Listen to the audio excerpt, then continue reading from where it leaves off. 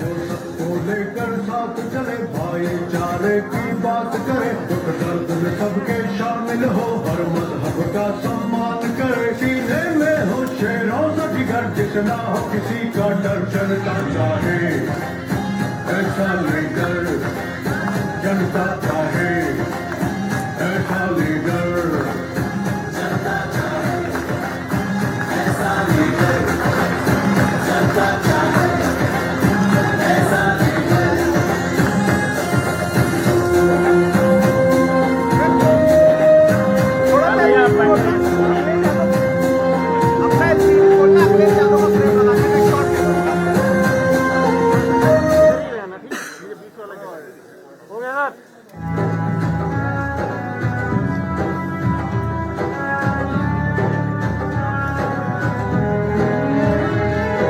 Sir पे जिसके ताज हो,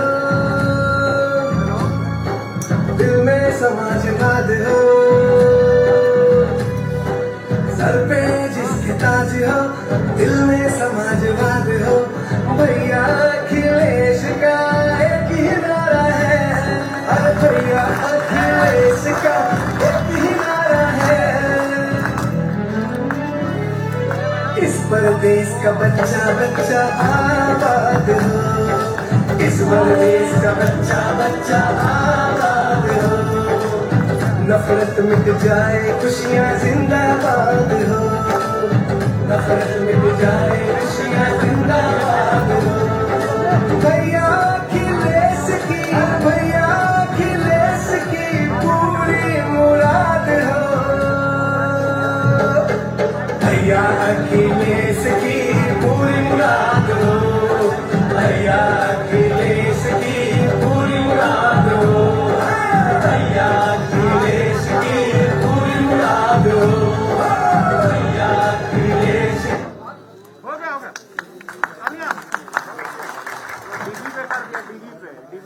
मैं पत्रकार साथियों का धन्यवाद देना चाहता हूँ। ये यूथ के चारों अध्यक्ष आ जाए पीछे, राष्ट्रीय अध्यक्ष और प्रदेश अध्यक्ष, राष्ट्रीय अध्यक्ष और प्रदेश अध्यक्ष, तब तक पीछे खड़े हो जाओ। पहले तो आशु मलिक जी को बहुत बधाई, उन्होंने लगातार पार्टी के लिए गाने बनाए, उसी कड़ी में और गाने बनाए उन्होंने। भैया नीचे नीचे नीचे।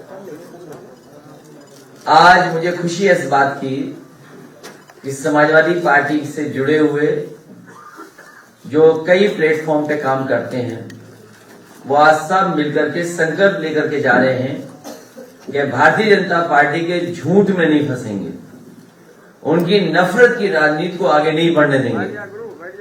जो हमारे बुनियादी मुद्दे हैं, रोटी कपड़ा और मकान, महंगाई, रोजगार, उत्तर प्रदेश की खुशहाली, तरक्की, उत्तर प्रदेश का इंफ्रास्ट्रक्चर को कैसे बेहतर करें, आज के समय पर कैसे रोजगार हो, कैसे नौकरी हो, उन्हीं मुद्दों पे लेकर के लगातार पार्टी का पक्ष हर प्लेटफॉर्म पे रखने का काम करेंगे। ये संकल्प हमारी समाजवादी पार्टी के डिजिटल फोर्स ने लिया है। साथ ही साथ 300 यूनिट जो फ्री समाजवादी पार्टी का फैसला है, और साथ ही साथ उसके किसानों को सिंचाई के लिए बिजली मुफ्त, ये दोनों संकल्प के बाद समाजवादी पार्टी एक और संकल्प लेती है कि आने वाले समय में जब समाजवादी सरकार बनेगी तो पहले की तरह दुनिया के सबसे बेहतरीन लैपटॉप बांटने का काम किया था, फिर एक बार समाजवादी पार्टी अपने नौजवानों को, छात्रों को जो आगे की पढ़ाई पढ़ेंगे, उनके लिए फिर सरकार से लैपटॉप उपलब्ध कराने का काम सरकार से होगा। पहले लाखों दिए थे लैपटॉप, और इसका परिणाम यह हुआ कि लाखों लाख नौजवानों ने अपने आप रोजगार और नौकरी का इंतजाम कर लिया। उसमें कई उदाहरण हैं, कई ऐसे छात्र नौजवान हैं जिन्होंने लैपटॉप समाजवादी सरकार में पाया और अपने आप रोजगार और काम धंधा शुरू कर दिया। मुझे जब बांदा में जाने का मौका मिला था तो बांदा में एक नौजवान अपने आप उसी समाजवादी लैपटॉप से काम कर रहा था और रोजगार और अपने परिवार को चला रहा था। मुझे वो भी समय याद है जिस समय समाजवादी सरकार थी, तो एक बेटी से लैपटॉप छीन लिया गया था और अखबारों में छपा था कि जब लैपटॉप छीन गया उससे तो पूरे घर ने खाना नहीं खाया उस दिन। उसके बाद जब मुझे जानकारी हुई तो मैंने अलग से उसको लैपटॉप भिजवाने का काम किया था। अभी जब मैं मिर्जापुर गया था तो उस बेटी और उस परिवार से मैं मिला था। समाजवादी पार्टी के दिए हुए लैपटॉप आज भी चल रहे हैं, आज भी नौजवानों की मदद और नौजवानों को आगे बढ़ने का मौका दे रहे हैं। इसलिए दूसरा संकल्प समाजवादी पार्टी लेती है, आने वाले समय में सरकार बनने पर लैपटॉप छात्र नौजवानों को बांटने का काम सरकार करेगी और एक लोगों पे एफआईआर दर्ज कराएंगे हम लोग। समाजवादी पार्टी की legal team, Bharatiya Janata party के आईटी सेल चलाने वाले जो दिल्ली में बैठते हैं, दिल्ली से बैठ करके पूरे उत्तर प्रदेश का खराब कर रहे हैं और भारतीय जनता पार्टी की टीम लगातार लगी हुई है कि कैसे झूठा प्रचार हो। उन्होंने मेरी एक तस्वीर फ्रांस की लगाई है जिसमें ये कहा है कि जो इत्र व्यापारी कानपुर में पकड़ा गया था वो भी साथ खड़ा है। उस व्यक्ति पे एफआईआर जरूर समाजवादी पार्टी कराएगी और मैं चाहूंगा कि वो तस्वीर दिखाई जाए। अगर स्क्रीन पे ला सकते हैं तो स्क्रीन पे ला सकते हो वो तस्वीर, ले आओ एक बार। तो भारतीय जनता पार्टी से झूठा कोई नहीं है, उनसे ज्यादा झूठ बोलने वाला कोई नहीं, झूठ बांटने वाला कोई नहीं और उन्हीं के लोग उस झूठ पे भरोसा भी करते हैं। एफआईआर अभी होगी या सरकार बनने के बाद? नहीं, एफआईआर तो अभी दी जाएगी, तहरीर अभी दी जाएगी, कार्रवाई सरकार के बाद होगी। यही सुनना चाहते थे आप? क्योंकि इस सरकार में हमारे खिलाफ कोई बोले एक एफआईआर नहीं होती, न पकड़ा पकड़ी होती है। अगर इनके नेताओं के खिलाफ कुछ लिख दो तो पुलिस घूम रही होती है घर मकान ढूंढते हुए। और जब उत्तर प्रदेश के डीजीपी पावर ही नहीं बची, मुझे बताया कि पावर ही खत्म होगी उनकी, किससे जाए। लेकिन फिर भी समाजवादी पार्टी दे करके आएगी, एक तहरीर देगी कि जिन्होंने इस तरह का किया है, जो धाराएं बनती हों उसके खिलाफ कार्रवाई वैसे भी। अखिलेश जी, एक सवाल इसी से जुड़ा हुआ था। आज के समाचार पत्र, पहले फोटो देख लो, इसी से जुड़ा हुआ है। लाल टोपी के साथ में उन्होंने दिखाया है कि एक तरफ तरक्की है और दूसरी तरफ जो है पॉक्स मनी दी जा रही है आपकी पीरियड के। ये सरकारी पैसे से ये दुरुपयोग नहीं होना चाहिए। सरकारी पैसे का मतलब है कि हमारा आपका भी पैसा एड में लगाया जा रहा है, हमारा आपका पैसा भी एड में लगा करके हमारे खिलाफ प्रचार हो रहा है। आवाज नहीं आ रही। समय आने पर उसके लिए भी कार्रवाई होगी। वो वाला स्पीकर बंद हो गया। तो सवाल ये है, राज्य महिला आयोग की जो आज आंकड़े जारी किए गए उसका पालन करेंगे जैसे ही आचार संहिता लगेगी। भैया आवाज नहीं आ रही है, वो वाला स्पीकर बंद हो गया है, बंद हो गया है। और भैया माइक के पास बात ना करो, इसी सुन लो, आपस में बात कर रहे हो। नहीं आई ना, अब आवाज आ रही है? नहीं आई भैया। वो वाला सर। अरे यार कहाँ तुम्हारा पता नहीं क्या सुनना चाहते हो, आवाज नहीं आ रही। सवाल ये था कि महिला आयोग सेंट्रल गवर्नमेंट ने अभी आंकड़े जारी किए हैं, इसमें 30,000 में आधे 16,000 सिर्फ यूपी से दर्ज हुए सिर्फ एक साल में। भारतीय जनता पार्टी जिस समय एनसीआरबी के आंकड़े देखेगी, सबसे ज्यादा बेटियों के साथ, महिलाओं के साथ घटनाएं उत्तर प्रदेश में हुई है। भारतीय जनता पार्टी बताए। अरे मैडम, वहाँ कोई मैडम बैठी है, उनकी आवाज आ रही है कैमरे में। सर भाई, भैया की आवाज ही नहीं आ रही है। ये आप तस्वीर देखिए, ये कौन है जिन्होंने हमारी तस्वीर लगाई है भारतीय जनता पार्टी की? ये किसके से पास बैठते हैं? आईटी हेड तो बड़े पद पे होंगे। ये बताइए, 2015 में फ्रांस ग्रास से शहर गए थे, कारण बताया करनौल में परफ्यूम पार्क बनाना है। यात्रा की तस्वीरें नजर आने में इतवारे वाली जिनकी दीवारों के पीछे और जमीन के नीचे निकल रही यूपी की जनता से लूटी गई अकूत दौलत है। इस व्यक्ति के खिलाफ समाजवादी पार्टी एफआईआर दर्ज करेगी। उठा के वहाँ से हटा के ये व्यक्ति झूठा व्यक्ति है, पैसे के लिए झूठ बोल रहा है और भारत सरकार और उत्तर प्रदेश की सरकार से सहयोग लेकर के झूठ बोल रहा है। और मैं अपनी डिजिटल टीम से कहूंगा इसकी तस्वीर लगा करके प्रचार करिए, सबसे बड़ा झूठा है।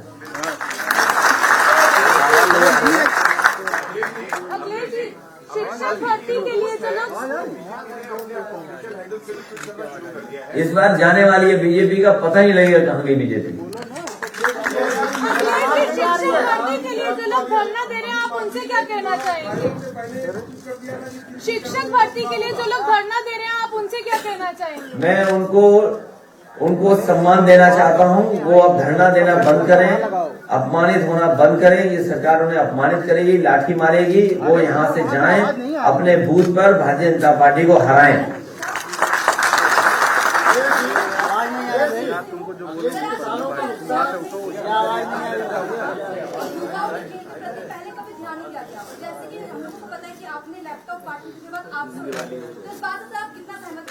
उत्तर प्रदेश के मुख्यमंत्री भी झूठ बोलते हैं। अभी तक जो बड़े आयोजन किए उन्होंने समाजवादी पार्टी की सरकार में बने हुए स्टेडियम में ही किया। और मुझे याद है कि ग्रीन पार्क का एक अपना इतिहास रहा है, क्रिकेट के तमाम वहां पर इंटरनेशनल मैचेस होते थे। एक समय ऐसा आया कि वहां पर इंटरनेशनल मैचेस होना बंद हो गए। उन्हें इंटरनेशनल मैच अगर किसी ने कराए तो समाजवादी सरकार की देन है। और साथ ही साथ लखनऊ में भी वर्ल्ड क्लास इंटरनेशनल स्टेडियम मिला है क्रिकेट का, और इसके साथ साथ तमाम और स्पोर्ट्स का भी। और मुझे वो दिन भी याद है जब हॉकी का, जो हमारे भारतीय हमारा हॉकी अपना खेल है और उसका वर्ल्ड कप होना था, उसके लिए संसाधन जुटाने थे। और संसाधन जुटाने के साथ साथ समय के हिसाब से एस्ट्रोटर्फ, लाइट और चीजें बदलनी थी। पहले वहां ग्रीन एस्ट्रोटर्फ था, क्योंकि आजकल जो टूर्नामेंट्स होते हैं वो ये है कि वो ब्लू एस्ट्रोटर्फ पे होंगे। तो ग्रीन एस्ट्रोटर्फ को हटा करके ब्लू एस्ट्रोटर्फ, और पूरा का पूरा ग्राउंड कैसे लाइट लग जाए कि रात में भी मैच हो, फ्लड लाइट लगा करके वो मैचेस कराए गए थे उत्तर प्रदेश में समाजवादी सरकार में। सर, अगर आपकी सरकार आती है तो 69,000 शिक्षक भर्ती के लिए क्या कुछ प्रावधान? उनके अलावा 69,000 के अलावा जो परीक्षाएं रद्द हुई है शिक्षकों की, टीटी है, बीपीएड वाले लोग हैं, हमारे फिजिकल ट्रेनिंग वाले हैं, बीएड वाले हैं, 69,000 वाले हैं, शिक्षा मित्र हैं। शिक्षा मित्र 5,000 जिनकी जान चली गई, अनुदेशक हैं। बड़ी संख्या में इस सरकार ने शिक्षा विभाग को उलझा के रखा है, नौकरियों को उलझाया। समय समय पे छात्र नौजवान तैयारी करके आते थे, जैसे तैसे अपना किराया कैसे रुकेंगे वो इंतजाम करते थे, परीक्षा देने आते थे और पता लगता था कि परीक्षा रद्द हो गई, पेपर लीक हो गया। जितने भी पेपर लीक हुए हैं उसमें भारतीय जनता पार्टी के लोग शामिल हुए।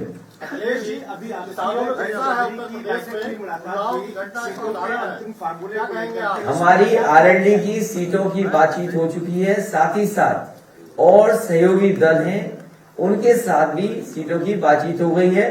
तारीख का इंतजार कर रहे हैं और उसके बाद काम आगे बढ़ेगा। अखिलेश जी, आज इलेक्शन कमीशन बड़ी रैली पर रोक भी लगा सकता है, तो वर्चुअल कैंपेनिंग के लिए आप लोग क्या प्लान है? समाजवादी पार्टी ने लाखों लाख लैपटॉप बांटे थे, डिजिटली तैयार हैं।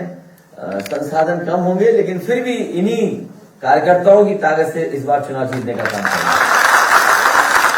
हमारा एक कार्यकर्ता तैयार है चुनाव के लिए, वो इंतजार कर रहा है कि तारीख कब आएंगी, और तारीख आते ही भारतीय जनता पार्टी का उत्तर प्रदेश सफाई होना शुरू हो जाए।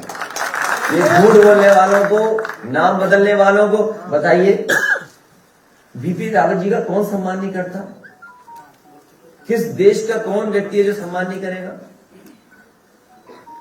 मैनपुरी में बहुत सारे शहीद लोग हुए, एटा, मैनपुरी, गाजीपुर, राजनगढ़, मुजफ्फरनगर, ये तमाम शहीदों ने अपने देश का नाम आगे बढ़ाया। सैनिक स्कूल किसने बनाया? नेताजी डिफेंस मिनिस्टर, समाजवादी सरकार में बना। हमें कोई नाराजगी नहीं है, लेकिन ये सरकार है जो अब जिसको सम्मान देना चाहती है उसके लिए भी कोई काम नहीं करती, केवल नाम बदलती है। ये ऐसे मुख्यमंत्री हैं केवल नाम बदलने वाले हैं, इस बार जनता ही इन्हें बदल देगी। अयोध्या में मारे गए 2 कोठारी बंधुओं से बंधुओं की बहनें आज मुख्यमंत्री योगी आदित्यनाथ से मुलाकात की है। आप भी अयोध्या जाने वाले, क्या उस बहन से मुलाकात करेंगे? मुझे ये केस याद नहीं है, अखिलेश जी आप मुझे ये केस याद नहीं है। लेकिन एक चीज हम बताते हैं आपको, एक व्यापारी परिवार यहाँ आया था प्रतापगढ़ का मिलने मुख्यमंत्री से, सुरक्षा मांग रहा था और वो प्रतापगढ़ पहुंचा, उसकी हत्या हो गई। और कई ऐसी बेटियां बहनें आई हैं जिन्हें आत्मदाह तक मुख्यमंत्री आवास में करना पड़ा, तब एफआईआर दर्ज हुई है। कौन नहीं जानता इन बातों को? केवल प्रचार पे चल रही सरकार, छोटे प्रचार पर। मैंने कई मौकों पर कहा कि हिटलर के पास केवल एक प्रोपोगेंडा मिनिस्टर थे, इस सरकार में तो पूरी सरकार प्रोपोगेंडा पे चल रही है। अखिलेश जी, एक सवाल खड़ा हो गया कि भगवान परशुराम किसके हैं, आपके हैं या बीजेपी के हैं? भगवान परशुराम न समाजवादी पार्टी के न बीजेपी के हैं, भगवान परशुराम सबके हैं और जितने भी भगवान हैं वो सबके हैं। हमारा भारत देश इसी में तो कामयाब है कि हम हर एक भगवान को मान सकते हैं।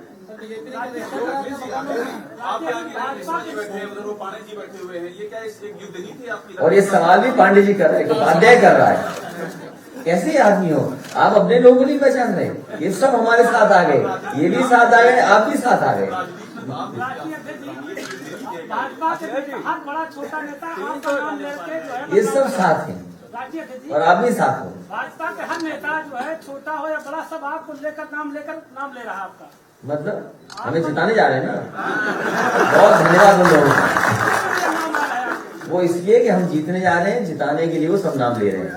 अखिलेश जी, आपकी पुरानी पूर्व सरकार में शिक्षा पर काफी काम अच्छा हुआ था, लेकिन इस बार आपकी सरकार बनेगी तो बहुत सारे छात्र छात्राएं हैं विदेशों में पढ़ाई करने के इच्छुक रहते हैं, उनकी इच्छा रहती है, क्या उस पर कुछ गौर करेगी सरकार?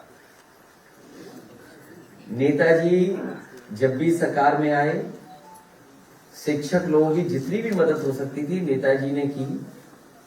समाजवादियों को पिछली बार मौका मिला, मुझे मौका मिला, जितनी समस्याओं का समाधान कर सकते थे किया है और मानदेय तक लेकर के जो भी सुविधा दे सकते थे दिया।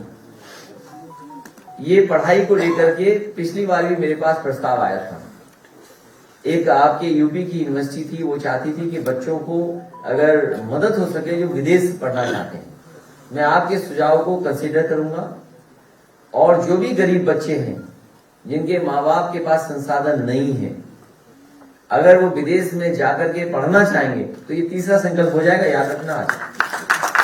तो अगर वो विदेश में पढ़ने जाना चाहेंगे तो सरकार से कोई न कोई फंड ऐसा क्रिएट करेंगे जिससे गरीब परिवारों के बच्चे भी विदेश जाकर के पढ़ सकें। ट्रांसफर स्पीच में आचार संहिता लग रही है, आपका क्या ट्रस्ट है इलेक्शन कमीशन की एडमिनिस्ट्रेशन? ये सरकार का ही ट्रांसफर होने जा रहा है, वो सब अधिकारी जानते हैं। आरक्षण को लेकर जो अभ्यर्थी बड़ा सवाल खड़ा कर रहे हैं, तो क्या आपकी सरकार आने तक आरक्षण का रिव्यू करेगी जिनकी नौकरियां मिली हुई है? जहां पर सरकार ने अनदेखी की है, मैं देख रहा हूं, सुन रहा हूं और कई मौकों पर मुझे यहाँ बच्चे मिले हैं, कई विभागों के बच्चे मिले, कई यूनिवर्सिटी के प्रोफेसर मिले हैं जो इस तरह की शिकायत करते हैं। तो जो संविधान में जो बाबा साहब भीमराव अम्बेडकर जी ने जो रास्ता दिया, जो संविधान का रास्ता है, उसको अपनाया जाएगा। अखिलेश, मुझे पिछले साल आरक्षण कार्मिकों का एक संगठन आपसे मिला था, इस बार वो लोग कह रहे हैं कि प्रमोशन में जो आरक्षण की बात करेगा, जो घोषणा पत्र में शामिल करेगा, हम उसके साथ खड़े होंगे। तो आज क्या आप ही घोषणा पत्र बनाने आए हो? जब समय आएगा तब देखा जाएगा। और उन लोगों को हमने भरोसा दिलाया, उनकी बात पर हम साथ देंगे। वो भी जानते हैं कि समाजवादी पार्टी जो कहती है वो करके दिखाती है। दिया है कि जो विद्यार्थी पूरे साल पढ़ाई न करें वो सोचे कि हम टॉप पर आ जाएंगे, ऐसा नहीं होता। इशारा आपकी तरफ था।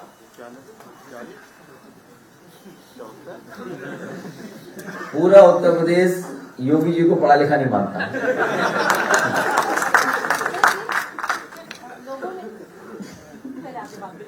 नहीं। कल मैं गोंडा गया था और समाजवादी सरकार में वो 4 लेन सड़क बनी। मुझे याद है कि मैं जब नानपारा वाली सड़क को रामनगर बाराबंकी से और नानपारा तक 4 लेन बनाना चाहता था, उस समय की सरकार ने कहा कि हम स्वीकृत कर चुके हैं सड़क, डबल लेन टेप शोल्डर, अभी 4 लेन नहीं बन सकती। बहुत कोशिश की, 4 लेन के लिए पैसा नहीं दिया। तो मैंने कहा कि अगर आप ये 4 लेन नहीं बना पा रहे तो मैं इसी के आसपास कई 4 लेन बना के दिखाऊंगा। तो बहराइच से श्रावस्ती 4 लेन बनी और एक नानपारा ये वाली आपकी जरवल मार्ग जो गोडा को जोड़ता है वो 4 लेन बनी। मैं पहली बार चल करके आया हूं उस पर। सड़क पर जहां पर पेड़ पौधे या अच्छे फूलों के पेड़ लगने थे वहां पर हमें पूरे डिवाइडर पे सांड बैठे दिखाई दिए। जो मुख्यमंत्री का सबसे प्रिय जानवर हो सांड, और 5 साल में सांड को नहीं हटा पाए। इधर आपके चैनलों ने तो कम स्टोरी दिखाई है, लेकिन मैं इधर देख रहा हूं कि बीबीसी भी स्टोरी सांड पे कर रही है। तो जो सरकार, जो मुख्यमंत्री दूसरों से पूछ रहे हैं, पढ़े लिखे नहीं है, वो बताए सांड कब हटाएंगे डिवाइडरों से। और हमारे पत्रकार साथी अगली बार अपना स्मार्टफोन उनके हाथ में दे देना और कह देना कुछ ट्वीट करके दिखा दो।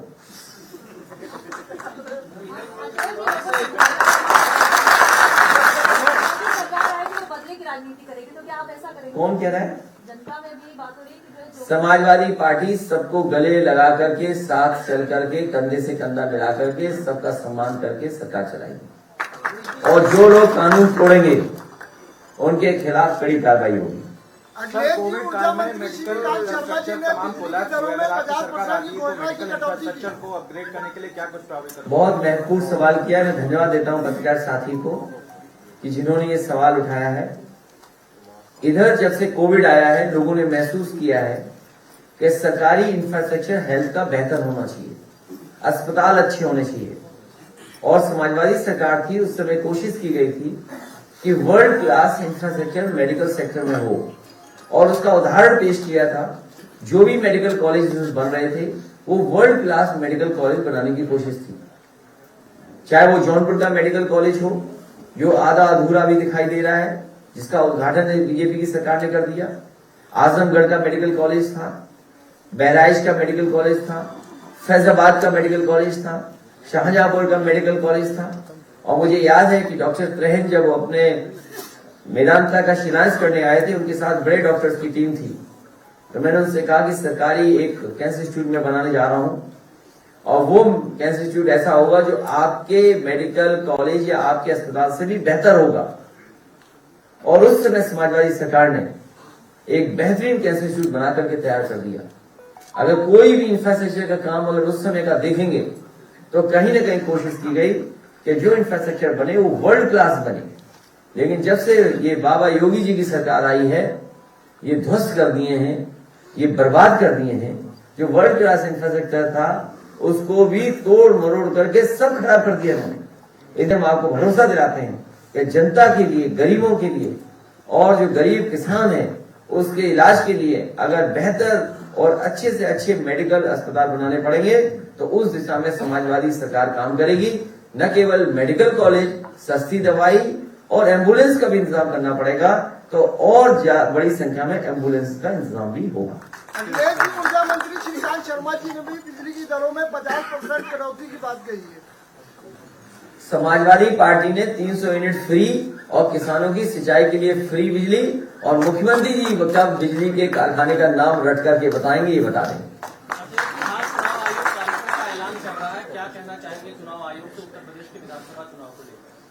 हमारा चुनाव से यही निवेदन और अपील होगी कि भारतीय जनता पार्टी के भाषणों पर निगरानी रखें, इनकी नफरत फैलाने वाली राजनीति पर कड़ी नजर रखें। सरकार एमएसएमई के लिए सीट पा रही है। जंगियों का एक संगठन आज संगठन से मिला था, उन्होंने भी कई चीजें बताई हैं आप लोगों को। मैं उनके कई बिंदुओं से सहमत हूं, क्योंकि जब तक व्यापारियों का और खासकर एमएसएमई वालों का मदद नहीं होगी तो रोजगार और नौकरी कहां मिलेगी।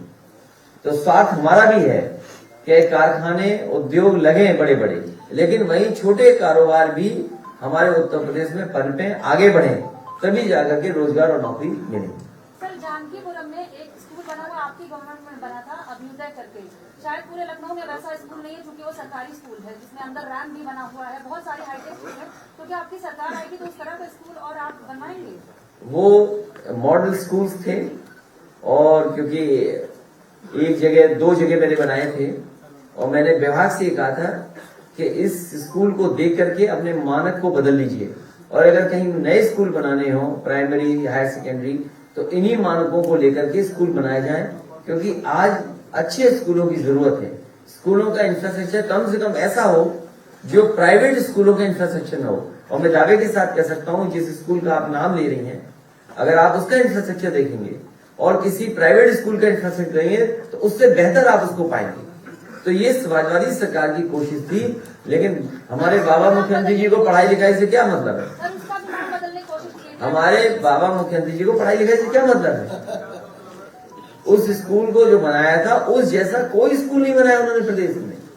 एक सैनिक स्कूल नहीं दिया। जो बात मैंने यहाँ कहा नाम बदलने वाली सैनिक स्कूल की, मैनपुरी अच्छा किया, मैनपुरी का नाम बदल दिया। कम से कम हमारे मैनपुरी ने वो जगह तो दी वीपी रावत जी को सम्मान देने की। बाबा मुखर्जी ने कुछ बनाया नहीं, कहाँ सम्मान देंगे? अटल बिहारी वाजपेयी जी को जब सम्मान देना था तो हमारे स्टेडियम का नाम बदल दिया। समाजवादी सरकार का ही तो बना हुआ स्टेडियम है जिसका नाम बदला। तो कम से कम हमें खुशी है कि ऐसे बड़े लोगों को सम्मान दिया जा रहा है, लेकिन वो काम समाजवादियों का है। अजय जी, कृष्ण जी अभी निरंतर सपने में आ रहे हैं। कौन आ रहा है सपने में? कृष्ण भगवान जी। अच्छा, अध्यक्ष जी, आपने किस हिसाब क्या सवाल है आपका? कोई सवाल नहीं, आपने उस दिन बताया था कि कृष्ण भगवान निरंतर सपने में आ रहे हैं। नहीं, अगर आप यकीन मानिए, जिस भगवान के बारे में आप सोचते हुए सो जाएंगे वो भगवान जरूर सपनों में है। ये हमारे मान्यता है। अब बुजुर्गों ने बताया वही मैं करता हूँ।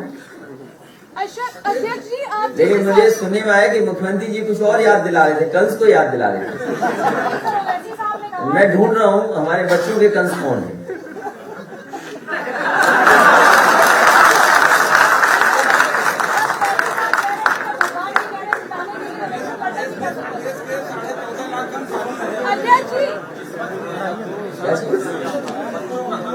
अब आपको एक गाना दिखाऊंगा जो आशु मलिक जी ने गाना। कोई सवाल पूछा आपने? अध्यक्ष जी, जिस हिसाब से आपने कहा कि आप जो जिन्होंने सवाल किया वो कुछ देर तो बस समझ नहीं पाए जवाब कहाँ चला गया। अध्यक्ष जी, आपने बोला कि आप चिकित्सा को और आगे बढ़ाएंगे। जो एम्बुलेंस कर्मी है, 108 एम्बुलेंस कर्मी उनकी भी मदद करेंगे। उन एम्बुलेंस ड्राइवरों से कहिएगा इस भारतीय जनता पार्टी को भरोसा मत करिए। समाजवादी ने एम्बुलेंस चलाई थी, जो सुविधा देनी होगी सुविधा देंगे, जिससे कि हमारे गरीबों की वो मदद कर सकें। मैं उनको धन्यवाद भी देता हूँ कि कोरोना के समय पर और कोविड के समय पर जब कोई गरीब को नहीं बैठाना चाहता था अपनी गाड़ी में, परिवार के लोग भी एक दूसरे से दूरी बना रहे थे, उस समय अगर किसी ने मदद की थी गरीबों की तो यही समाजवादी सरकार में चलने वाली एम्बुलेंस ने लोगों की मदद की थी। इसलिए इन ड्राइवर्स की भी मदद करने का काम उन्हें समाजवादी सरकार ने किया। 14.5 लाख कर्मचारी है प्रदेश में, इनकी एक मांग है कि पेंशन स्कीम लागू की जाए। हमारे कई कर्मचारी संगठनों से बात हुई है और कर्मचारी संगठनों में मैंने कह दिया उनकी बात मैं मानूंगा। अखिलेश जी, आपके बगल में जो बैठे हैं उनका परिचय ये स्वामी महामंत दास जी मिर्जापुर के रहने वाले हैं। नेताजी से बहुत लगाव रखते थे, पार्टी से बहुत लगाव रखते हैं। हालांकि इनके संबंध बीजेपी में भी है, वो बीजेपी के साथ भी उठते बैठते हैं।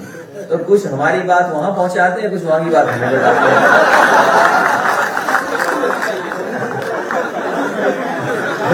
ये इस्कॉन के बहुत बड़े स्वामी जी हैं, मैं इनको मानता हूँ, इनका सम्मान करता हूँ।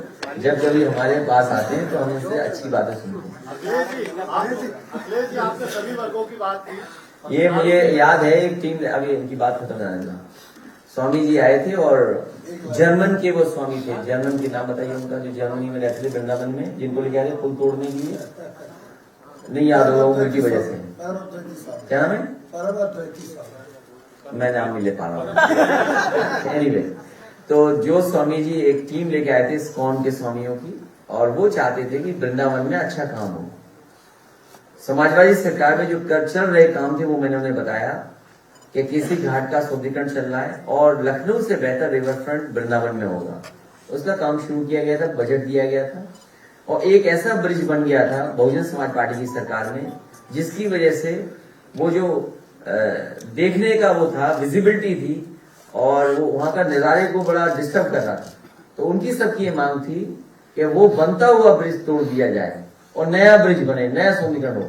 तो समाजवादी सरकार ने वो फैसला लिया, जो बेवजह से वहां पर रास्ता घेर रहा था, ब्रिज को हटाने का काम भी समाजवादियों ने किया, इसको उनके सभी पुजारियों के कहने से। चुनाव कल है, डिक्लेयर हो रहा है, तो बुझा दोगे भाई। अगर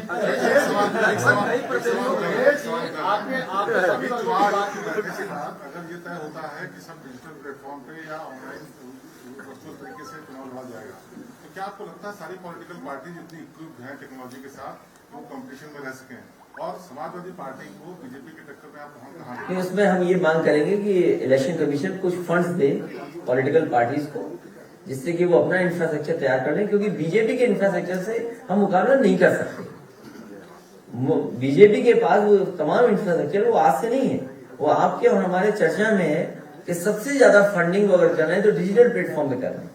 तो चुनाव इससे हम ही पॉलिटिकल पार्टीज का ये अपील होगी कि अगर कोई ऐसा कर सके, सरकार से फंड्स दें हम लोगों को, क्योंकि हम लोग तैयार तो हों उसके लिए, तैयार तो हों उस लड़ाई के लिए। डेमोक्रेटिक सेटअप को हम कम से कम इक्वल प्लेटफॉर्म तो लिखित मांग करेंगे। लिखित क्या, ये प्रेस कहती है ये लिखित हो गया, अब आप भी इस जमाने में लिखित मांगते हो। इसलिए चुनाव आयोग से हमारी अपील होगी कि अगर वर्चुअल रैली या इस तरह के फैसले ले रही है, तो जिन पॉलिटिकल पार्टीज के पास इतना स्ट्रॉन्ग इंफ्रास्ट्रक्चर नहीं है, मजबूत इंफ्रास्ट्रक्चर नहीं है, उनकी मदद के लिए कुछ न कुछ व्यवस्था की जाए।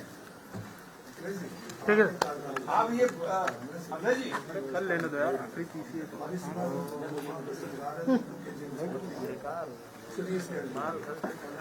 अब वो मशीनें तो बहुत दी थी, एक बीजेपी का नेता रिवॉल्वर लेके चला गया था तो मशीन ही खराब हो गई थी, याद है हमारा ही। तो समाजवादी सरकार में सिटी स्कैन नहीं हो, MRI मशीन नहीं हो, एम्बुलेंस नहीं हो, दवाइयां, आज सोचिए अस्पतालों में दवाई नहीं है, आज गरीब का ऑपरेशन नहीं हो पा रहा, रिफर कर दे रहे, प्राइवेट की तरफ भेज रहे हैं।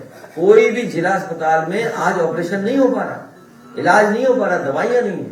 ये कैसी सरकार है जो गरीबों को दवाई नहीं दे पा रही है? पत्रकारों के लिए आपकी क्या घोषणा है? ये मुद्दे की बात है। ये पत्रकार पहली बार आया है इस प्रेस में। अच्छा ठीक है, जो आपके सुझाव हो जरूर दीजिए, जो हो सकते हैं वो करे जाएंगे, आपकी तरफ से क्या? जो कहोगे करेंगे।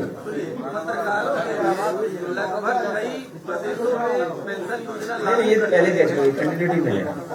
और नहीं, लेकिन उनकी सरकार अभी योगी जी की सरकार में अभी तक इस बात पे कोई नहीं, कई बार संगठन ने कहा भी आपकी सरकार अगर आएगी तो क्या इस पेंशन योजना को लागू करेंगे? किसको लागू करेंगे?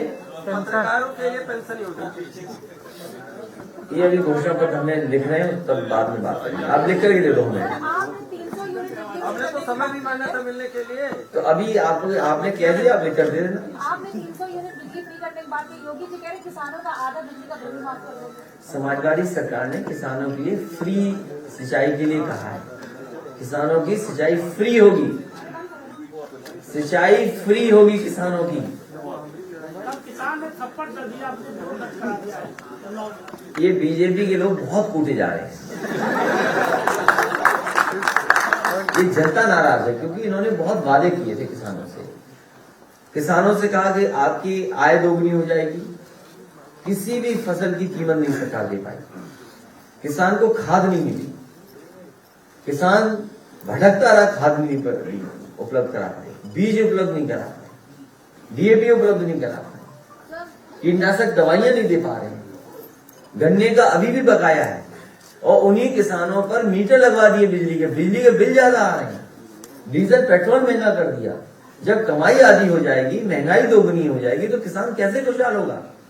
इसीलिए वो किसान नाराज होकर के सम्मान देने गया था विधायक जी को। महंगाई जो है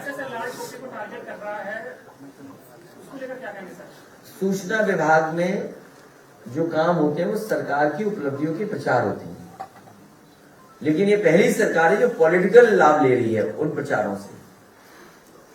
ऐसे दोषी अधिकारी जो सुझाव और राय दे रहे हैं, और ऐसी कंपनियां जिन्होंने ऐड बनाए हैं, उन पे कार्रवाई हो। सर जैसे अभी कोविड है और आज प्रेस कॉन्फ्रेंस भी होने वाली है उसके चुनाव आयोग की, तो अगर एक ऑनलाइन वोटिंग का ऑप्शन होगा?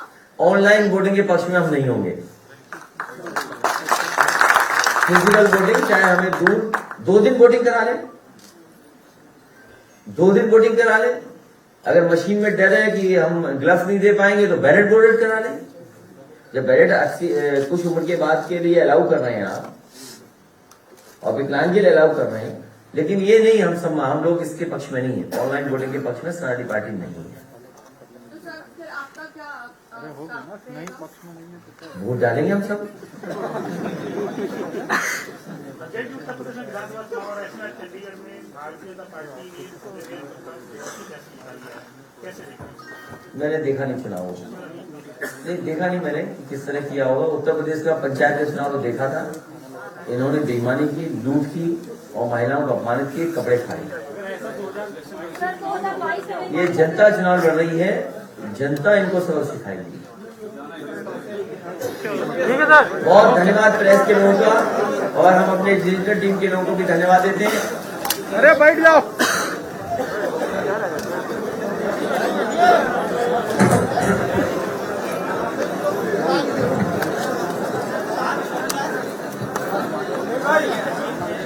संदेश अजीत सिंह पार्टी में शामिल हुए, इनका बहुत बधाई।